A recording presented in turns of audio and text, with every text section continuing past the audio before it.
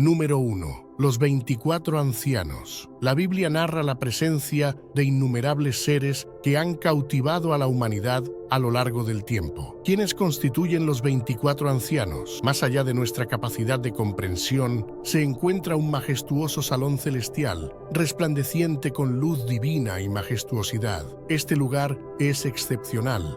Es el hogar del ser más poderoso del universo. El relato de Juan sobre su viaje a la isla de Patmos y las visiones subsiguientes, incluyendo la de los 24 ancianos, es uno de los episodios más fascinantes de la Biblia. En medio de las maravillas del reino sobrenatural, destaca una presencia en particular: un círculo de 24 ancianos, ataviados de blanco, coronados con oro, ocupando tronos alrededor del trono principal. ¿Quiénes son estas figuras? ¿Cuál es su propósito aquí? Después de dirigirse a las 7 iglesias, de repente Juan se halló en el propio salón del trono de Dios. Contempló a Dios sentado en un trono, resplandeciendo como piedras preciosas. Alrededor de este trono había otros 24 tronos, y en ellos se encontraban los 24 ancianos. Estos ancianos vestían túnicas blancas y portaban coronas de oro en sus cabezas. Los ancianos, junto con las 4 criaturas vivientes cerca del trono, se postraron ante Dios, arrojando sus coronas delante de él y proclamando: «Eres digno, Señor, de recibir gloria, honor y poder, porque tú creaste todas las cosas, y por tu voluntad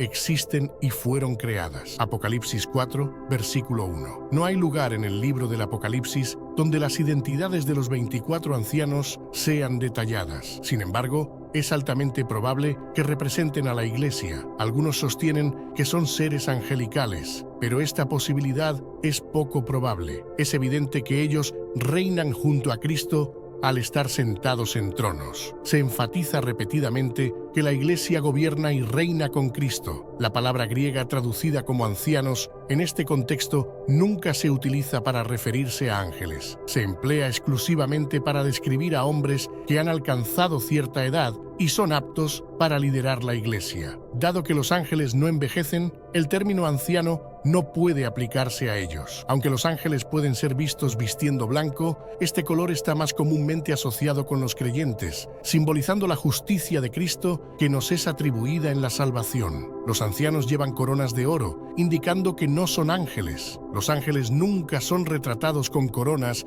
y no hay evidencia de que las usen. Los querubines, criaturas vivientes, sirven como inspiración para que los 24 ancianos participen en la adoración, ya que los querubines adoran a Dios constantemente día y noche. Los ancianos son considerados representantes del pueblo de Dios, especialmente en el Antiguo Testamento. Están adornados con coronas de victoria y han sido trasladados al lugar preparado para ellos por su Redentor. 2. Los ofanines. En el Antiguo Testamento, los ángeles son mencionados 108 veces en el libro de Éxodo. Moisés también se encontró con ángeles durante el período de herencia en el desierto. ¿Qué son los ofanines? El término en hebreo antiguo se refiere a ruedas, pero lo que destaca son las ruedas del trono de Dios mencionadas en la visión de Ezequiel. Dios eligió abrir los cielos frente a Ezequiel, narrando la descripción de la visión inaugural de Ezequiel, uno de los pasajes más desafiantes de traducir en todo el Antiguo Testamento. Ezequiel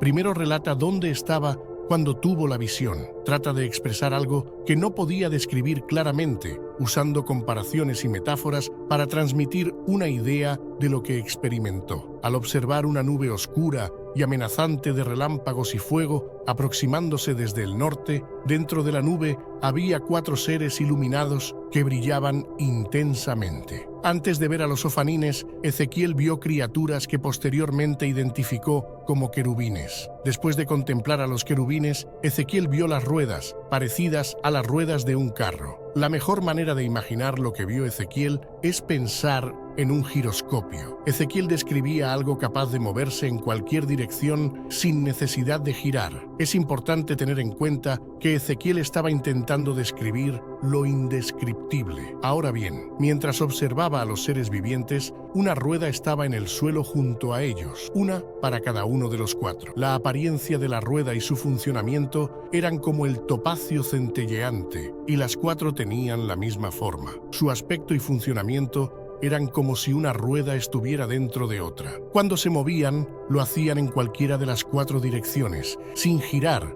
mientras avanzaban. En cuanto a sus aros, eran altos e impresionantes, y los aros de los 4 estaban llenos de ojos alrededor. Siempre que los seres vivientes se movían, las ruedas se movían con ellos, y cuando los seres vivientes se levantaban de la tierra, las ruedas también se levantaban. Donde el espíritu estaba a punto de ir, las ruedas se dirigían en esa dirección y se levantaban junto a ellos, porque el espíritu de los seres vivientes estaba en las ruedas. Cada vez que aquellos iban, las ruedas iban, y siempre que aquellos se detenían, las ruedas también se detenían. Y siempre que aquellos se levantaban de la tierra, las ruedas se levantaban junto a ellos, porque el espíritu de los seres vivientes estaba en las ruedas. Ezequiel continuó en constante conexión entre las ruedas y los querubines. A donde los querubines iban, allí se dirigían las ruedas. Él reportó que el Espíritu de Dios se manifestaba en todo lo que estaba ocurriendo. Ezequiel también presenciaba la omnisciencia de Dios.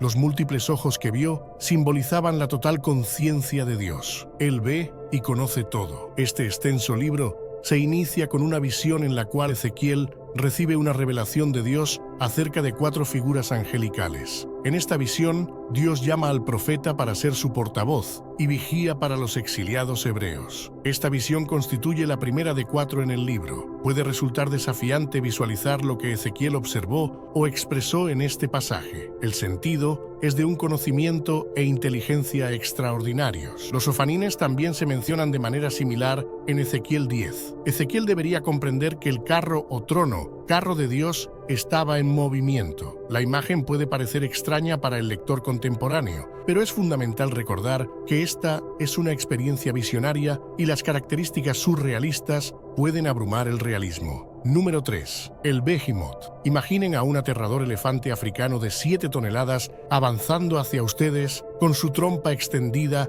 ojos dilatados y patas macizas golpeando el suelo. No hay nada entre ustedes y él excepto una extensión de hierba plana y su corazón late descontroladamente. ¿Cómo escapar? ¿Qué harían? ¿Sabían que en la antigüedad vagaban por la tierra animales mucho más temibles y poderosos que los elefantes africanos? El Behemoth es mencionado en el libro de Job, comenzando con un adinerado hombre llamado Job, que residía en Uz con su extensa familia y vastos rebaños. Él se muestra como una persona íntegra y justa, siempre esforzándose por llevar una vida ética. Mantenía una conexión disciplinada con lo divino. Aunque Dios resalta las virtudes de Job ante Satanás, este último argumenta que Job es correcto solo por las bendiciones que ha recibido de Dios. Satanás desafía a Dios, sugiriendo que, si se le permite causar sufrimiento, Job cambiará y maldecirá a Dios. Dios consiente que Satanás atormente a Job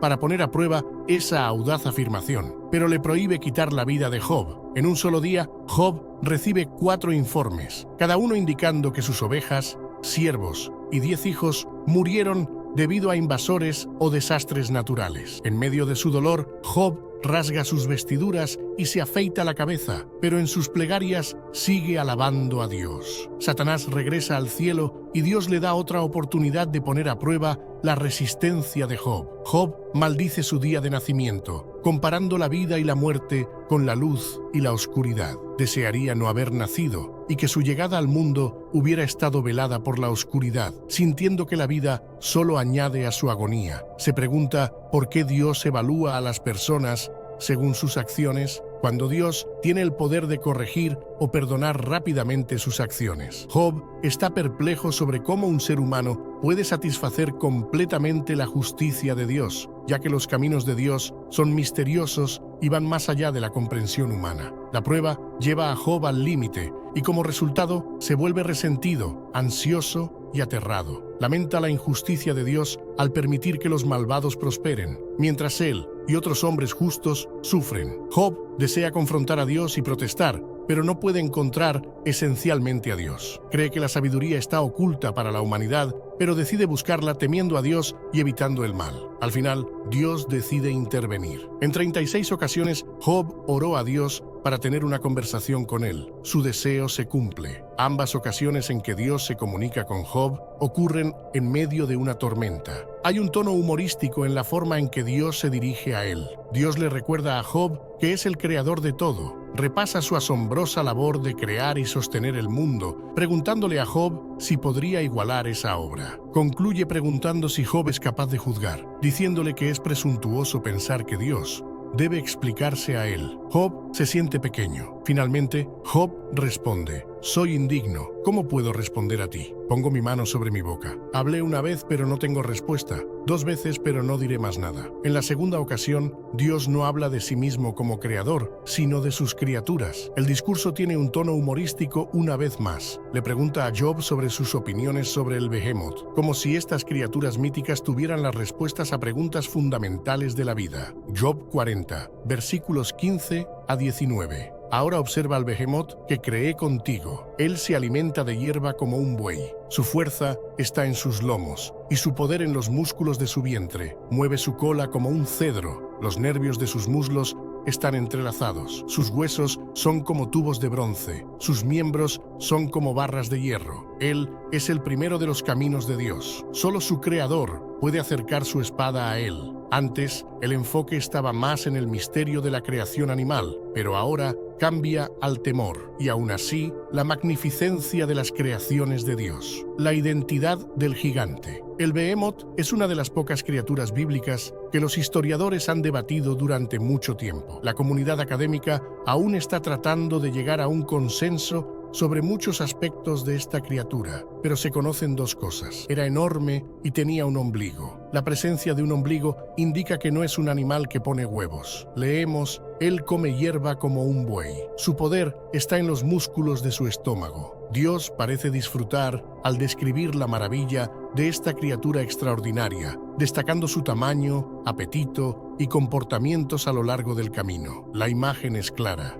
Si Job no puede competir con su criatura compañera, ¿cómo podría competir con el Dios que creó al Behemoth? La palabra hebrea Behemoth tiene la misma forma que el plural de la palabra hebrea Behema, que significa bestia. Es posible que tal bestia haya vagado por la tierra con las personas. Era el gigante un hipopótamo. Muchas personas piensan que Dios tenía en mente lo que llamamos un hipopótamo, uno de los animales terrestres más grandes, poderosos y peligrosos del mundo. El hipopótamo era definitivamente conocido en los tiempos bíblicos, especialmente en Egipto. Los romanos redujeron su población debido al daño que causaban a las cosechas. Aunque se le llama caballo del río, el hipopótamo está más relacionado con los cerdos que con los caballos. La mandíbula abierta del hipopótamo ofrece una imagen convincente. ¿O era el gigante un elefante? Según la mayoría de los apologistas bíblicos, Behemoth, en hebreo, se refiere a una bestia de 4 patas que ellos creen que es un elefante. Aquellos que muestran preferencia por los hipopótamos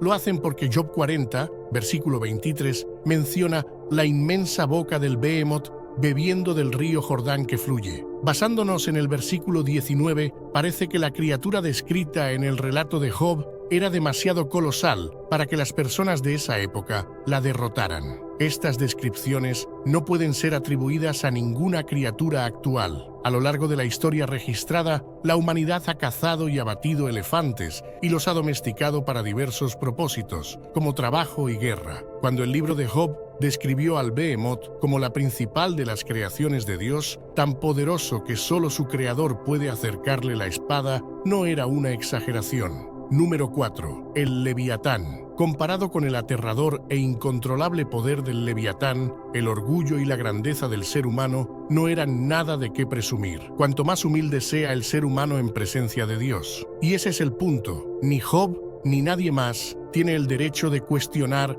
el designio de Dios. El Leviatán es una criatura acuática de gran envergadura. La Biblia lo describe como una bestia aterradora, con ferocidad monstruosa y gran poder. La palabra hebrea para Leviatán tiene el significado raíz de enrollado o retorcido. Isaías 27, versículo 1, menciona al Leviatán. En aquel día, el Señor castigará con su espada feroz, grande y poderosa, al Leviatán, la serpiente veloz, al Leviatán, la serpiente retorcida. Él matará al dragón que vive en el mar. Sea lo que sea este monstruo marino, o era, su fuerza y naturaleza salvaje eran bien conocidas. Las bestias marinas glorifican a Dios. El Antiguo Testamento contiene varias menciones al Leviatán. Según la mayoría de esos pasajes, el Leviatán es una criatura real que las personas conocían, aunque mantuvieran distancia y solo tuvieran conocimiento de ella por reputación y no por vista. En el Salmo 104, versículos 25 a 26,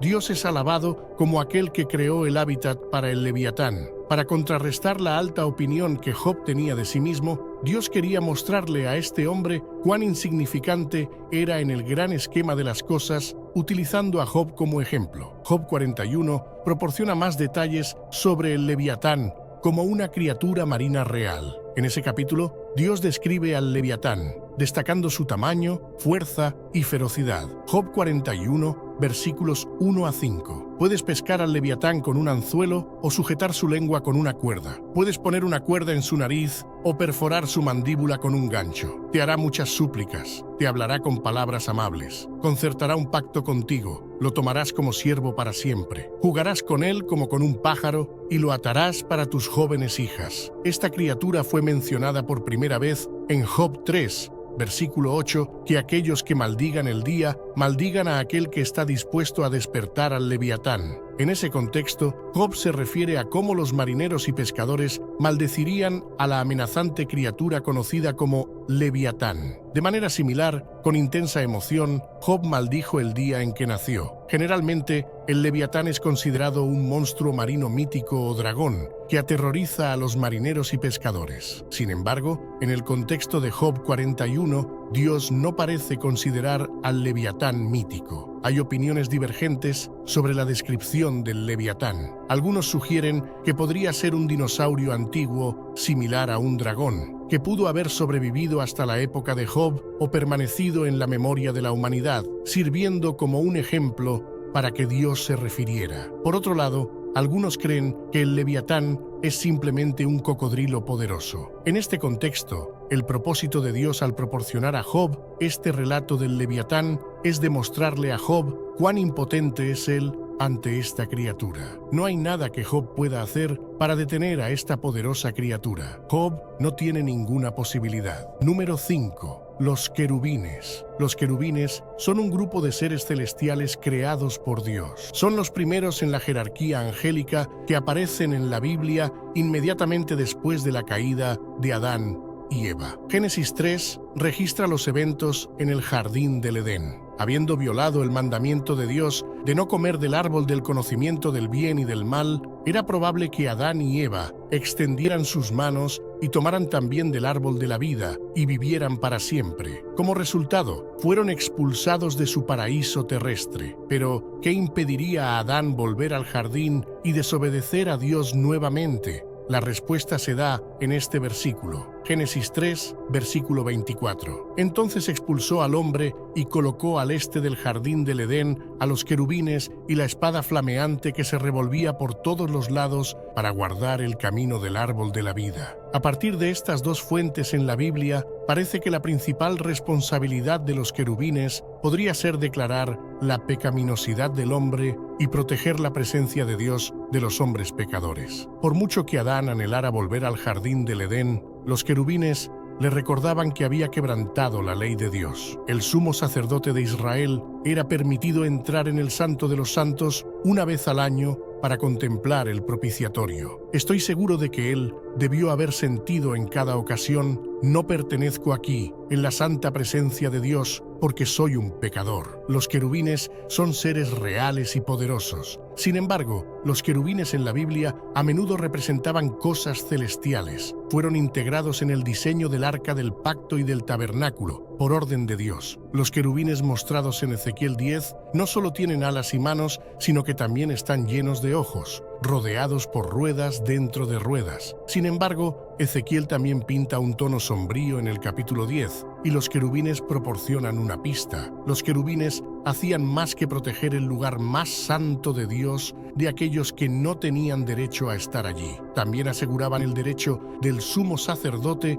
de entrar en el lugar santo con sangre, como mediador del pueblo con Dios. Los querubines no niegan el acceso al trono al cristiano más humilde. Nos aseguran que podemos acercarnos con audacia debido a la obra de Cristo en la cruz. El velo en el templo fue rasgado. La estrella de la mañana, el libro de Isaías 14, nos presenta a un ser conocido como Lucifer. Lucifer literalmente significa el que trae la luz en latín. La palabra se traduce como estrella de la mañana en hebreo. Lucifer fue retratado como una deidad brillante, resplandeciente y maravillosa en todos los idiomas. Número 6. Melquisedec. Ahora discutimos el único humano en nuestra lista. No hay personaje en la Biblia más misterioso que la figura de Melquisedec. Cuando lo encontramos por primera vez, está viviendo en la época de Abraham. Incluso, el nombre Melquisedec lleva consigo un aire de misterio. Hace su entrada silenciosa en el canon de las Escrituras. ¿Quién es él? ¿Por qué hay tanta controversia en torno a él? Se menciona tanto en el Antiguo como en el Nuevo Testamento. ¿Por qué?